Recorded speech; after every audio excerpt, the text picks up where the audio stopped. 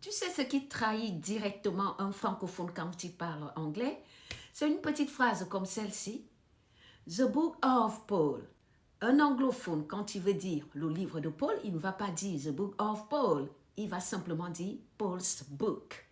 Donc, en anglais, c'est comme si on collait l'objet directement à celui qui l'appartient. On va voir un exemple un peu comme This is the car of my sister. No, this is my sister's car.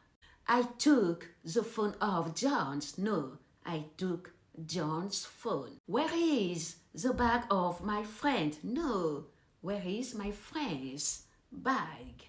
The food of the dog is ready. No, the dog's food is ready.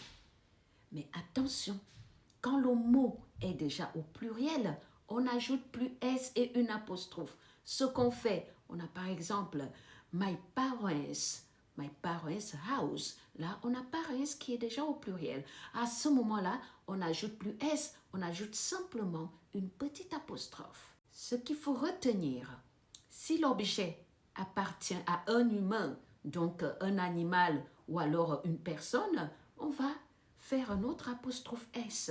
Mais si l'objet appartient également à un autre objet, comme une porte qui appartient à une voiture, à ce moment, on va faire of. All right?